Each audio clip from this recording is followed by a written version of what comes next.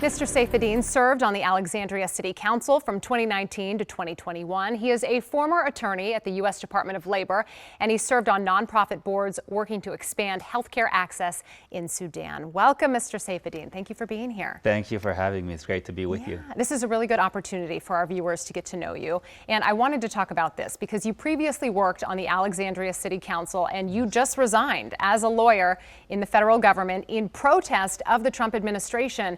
Why did you make that decision and why now? Yeah, well, for two reasons. It's the affordability crisis and the accountability crisis.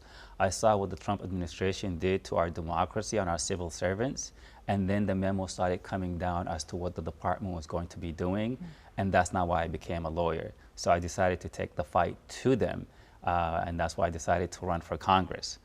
Does it make your knees knock when you put in that resignation? I mean, surely, what was the moment you knew that you were resigning? Yeah, you know, making a decision like that is not easy. I am a caretaker of two elderly parents, so it's a financial burden. But, you know, I came to this country as a refugee fleeing a dictatorship, and what I saw this administration doing followed that sort of playbook, and I was not going to stand for it. I already fled one country. I was not going to flee another.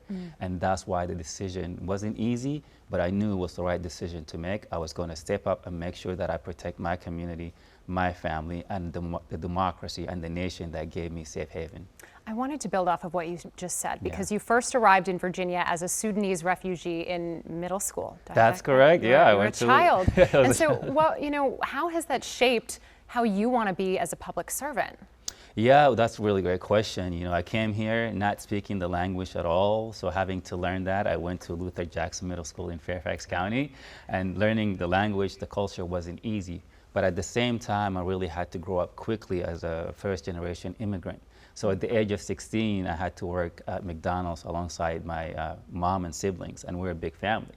So when we actually worked at McDonald's, some people thought we owned the restaurant. But we just and I was reading at one point, I mean, you all were lifting each other, right? Each of you had a paycheck of some kind, and you were trying to keep the family going. Absolutely. So, you know, the fortunate part, we were a big family. We were able to take these, you know, low-ending jobs, minimum wage jobs, and everyone had a responsibility. So I had a responsibility since I was a child. But that also taught me a lot about growing up, responsibility, and becoming a leader. In fact, I became the youngest manager at that McDonald's.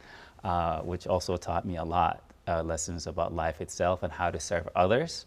And also just fleeing a dictatorship, justice was really important to me and growing up. And that was also always part of my thoughts on how to serve my community. Well, and you have a background, right, in public service. So we touched on this just a moment ago. You were the first Muslim and Sudanese American elected to Alexandria City Council. In what ways do you feel like has that prepared you for potentially moving to Congress? Absolutely. Well, first of all, it was the same place that George Washington once served as a councilman. A lot of people don't know that. It didn't actually make it to the movie, but of course he had a long life. But really, you know, having the opportunity to serve the community, it was an honor when we got to do a lot of things. One of the things that I worked on is housing affordability. We were able to purchase a building for $100 million to make sure that our firefighters and teachers could actually afford to live in the community that they serve in. We also made buses free, so Zohran, keep up, man. We made that 5 years ago, way before Zohran came into the scene. But that's what really tells you about people who have proven experience in standing up for working families, and that's what I've done, and I think that has prepared me to move on and serve the community in Congress. Let's talk about that because you are challenging a well-established incumbent, to say the least, right? Congressman Beyer has been representing the 8th District for more than a decade. Why should Democrats vote to replace him? Yeah, I think it's really, again, the accountability crisis and the affordability crisis. So when we talk about accountability, I mean Medicare for all, universal child care, and making sure that housing is stable. And those are the things that I will fight for. But also, people are tired of politicians cozying up to the special interests and the corporate interests. And unfortunately, Mr. Beyer takes a lot of money from corporate interests. And I'll name just one. It's a HCA healthcare PAC. HCA healthcare PAC. This is one of the biggest corporations, or excuse me, hospitals coming together to form this corporation to make sure that we do not pass Medicare for all. And we called on the Congress member to stop taking money from the corporate PACs, and this is something that's supported by all of Americans, including Republicans and independents. So this is why we need new leadership in Congress. So where's your money coming from? Absolutely. My money is coming from everyday people, working families, even students. Low dollar amounts, no corporate PAC, no special interest. So I'm funded by the people, which is why I only answer to them, not the corporations. You know, corporations may be good to some people, and they've done some things to make our lives better, but they're overstepping in controlling our politicians and government. So that's why we need to make sure that we have finance reform as well. Let's talk about your top priorities. If voters send you to Congress, Yes. what are the first two priorities that you would pursue, and why those first? Yes, so the accountability part is making sure that we impeach the president for all the violations that he has done, from the emolument clause, killing innocent civilians on our streets through ICE, and killing, fisher men on international waters, and then using the purse to kind of enrich himself and his family. That's the first thing we do when we take the House in 2028. And then after that, we address the affordability crisis. And for me, is Medicare for all. It has to be the #1 topic in 2028 for Democrats and for those vying for the presidency, to be president. And I will just mention one thing about Medicare for all. If we pass it right now, and this is according to independent research, it'll save us $450 billion annually and save 68,000 lives annually. Well, it sounds great in theory. I don't think anyone would argue with you on that, but fundamentally, how do you pay for it? Yeah, well, I think we just mentioned how you pay for it. It actually saves money if you implement it right now, and the research supports that. $450 billion annually saved, 68,000 lives saved.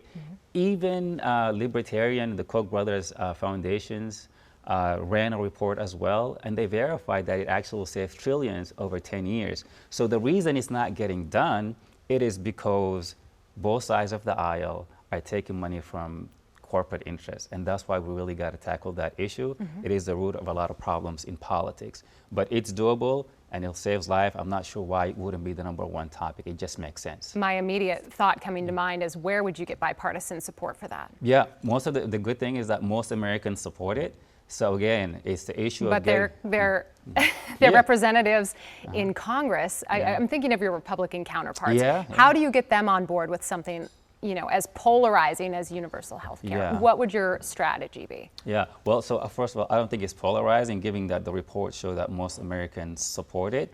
Again, this is where we have a disconnect from the wealthy class and the political class not really following what the people want. So the way to do that is to slowly change the makeup of the political elites, and electing more for Congress is one of them, and other people are doing the same thing. We've seen upsets in New York and Colorado and California. So that's one way to do it. But also the numbers support it. It makes sense. We have to make sure that we become the party of the working people, not the corporate interest people. Let's talk about the economy and affordability, because we know this is something that matters to voters quite a bit. When we talk to voters, they say affordability remains their biggest concern. This is what keeps them up at night, right? From housing to groceries, childcare is so expensive. What's the one policy you believe would make the biggest difference for families in Northern Virginia? Yeah, in addition to Medicare, which will decouple your life from your work, that's one way. The other really thing we're talking about is child care, which is a huge expense for people here in Arlington, Alexandria. In fact, Arlington has the highest child care rate in the country. Alexandria is top 5. That's basically parents are paying the price of a college degree over 5 years for child care, which is unsustainable. So passing universal child care is the way to go. New Mexico has done it. We've had it during World War II, so it's something that is doable. Our peer nations have it as well. So this is, again, are we going to be the party of the working people or the corporate interests? This will also launch innovation and allow more people to go to work and people start businesses. Even small business owners support it as well. So it's a net positive, and we should do it. But again, I go back to tackling the corporate interest crisis in our politics. Let's also talk about Social Security and Medicare. Many experts say Social Security and Medicare face, long-term financial challenges. This we know, right? How would you propose fixing it? Yeah, so I think we talk about capping. And that way Medicare can be sustained for a longer time. So this is something that we've been talking about for quite a bit. Would you support raising taxes? Depend on which bracket we're talking about. So if we're talking about the upper class that are really paying their fair share, that we would do so, yes. Okay, meaning, well, I mean, there's a lot of high earners in Northern Virginia, Yeah, right? And yeah. so your goal, if I'm hearing you correctly, and tell me if I'm right, you're trying to avoid increasing tax on the middle class. Is that correct? Absolutely. There's no reason to do that because right now with the one ugly bill that the administration has passed, you know, is giving tax breaks to the wealthiest. And that money has to come from somewhere. So we end up subsidizing the companies. That's the working class, everyday people, everyday Joes are basically subsidizing that tax break. And it's not fair, so we have to make sure that we work the IRS code, make sure that the tax dodging billionaires are paying their fair share. So everyday people can have a life and live with dignity. Let's talk about immigration because, of course, it remains one of the most divisive topics that we are facing here in the United States. You have previously called for major changes to ICE. What would immigration enforcement look like under your vision? Absolutely. So let's be clear that as a former federal attorney who did enforcement, what ICE is doing is not enforcement. It's extrajudicial killing of Americans without due process, which is illegal and unconstitutional. Therefore, I propose abolishing the agency because there's just no trust in it. And once people lose trust in the government, then you know we have a bigger problem. Okay, so I want to walk you back. So I hear you say you support abolishing ICE. Yes. Do you support more ICE reform before we get to the abolishment point? So more body cameras, things like that, less road stops, less traffic stops. Do you, or are you kind of to the point where you're like, no, forget all that. I want to just simply abolish. Yeah. Well, you cannot reform this agency. It's killing people in broad daylight. We've already seen them kill people on cameras and nothing has been done about it. In fact, the president and his administration call those people terrorists. So you can't really reform that. You have the videos. You're not doing anything to prosecute them. I think we get rid of ICE. We come up with a new agency and then make sure that it's focused on humanely enforcing the laws that we have and get away from this bad brand. I will tell you that ICE, since its formation during the Bush era, has had a budget of over $400 billion and hasn't achieved its objective. From a fiscal point of view, it makes no sense. From a humane perspective, it makes no sense. From a legal perspective, it is awful. It has to be stopped. Do you support deporting people who are in the country illegally and have been convicted of violent crimes? So if you've been convicted of a violent crime and you go through due process and then the court determines that you must leave, then I support that as an attorney. But I do not support rounding up people randomly on the street and making up fake charges to send them off and not following court rules. This agency has been called out by judges all over the country that this should be a headline in every news station or paper that the presidency or the executive branch is not following judicial orders, which is a constitutional crisis.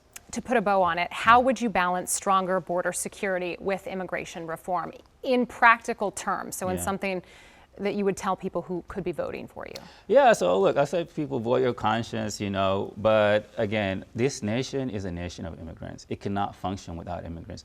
Immigrants are a net positive to this country. They put more into the system than take out and they commit less crimes. They do a lot of jobs that make sure that we function from, you know, professional jobs to everyday jobs that me and my family worked on. So the issue really we shouldn't be focusing on red, blue, immigrant or not is, are we tackling the affordability crisis and making sure that the 1% who got us to this point are paying their fair share? I think I missed, how would you balance stronger border security? So what would you do in that arena?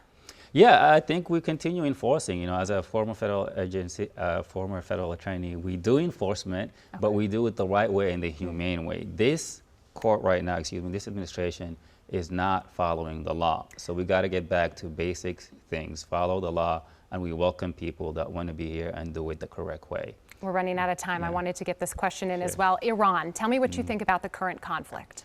Well, first of all, this is an illegal war. It's an unconstitutional war. And even if there was a presentation to Congress to take us to war, I don't think it's the right decision. This is the most damage that the U.S. has sustained since Pearl Harbor. This is an ill-thought war. It's not a war that we want to go on, and it has to be stopped. How do we get out of Iran, in your opinion? Yeah, well, we shouldn't be there to begin with, but I think we go back to the Obama frame of make sure that Iran, following international law as far as enriching their uranium, and making sure that we slowly lift the sanction on them so they become part of the international community. But we cannot bomb our way out of this or into making sure that they submit to us. It just hasn't worked, and it's not going to. In closing, if you win and are elected to Congress, how would you work with the president and your Republican counterparts in a bipartisan sense, to get some work done? Yeah. I think you're right. Politics is the art of getting to a yes, and I've shown through my work at the Alexandria City Council that we can do that. So we will make sure that we extend an olive branch to tackle the affordability crisis and also the accountability crisis. And if folks are willing to work with us, we will work with them.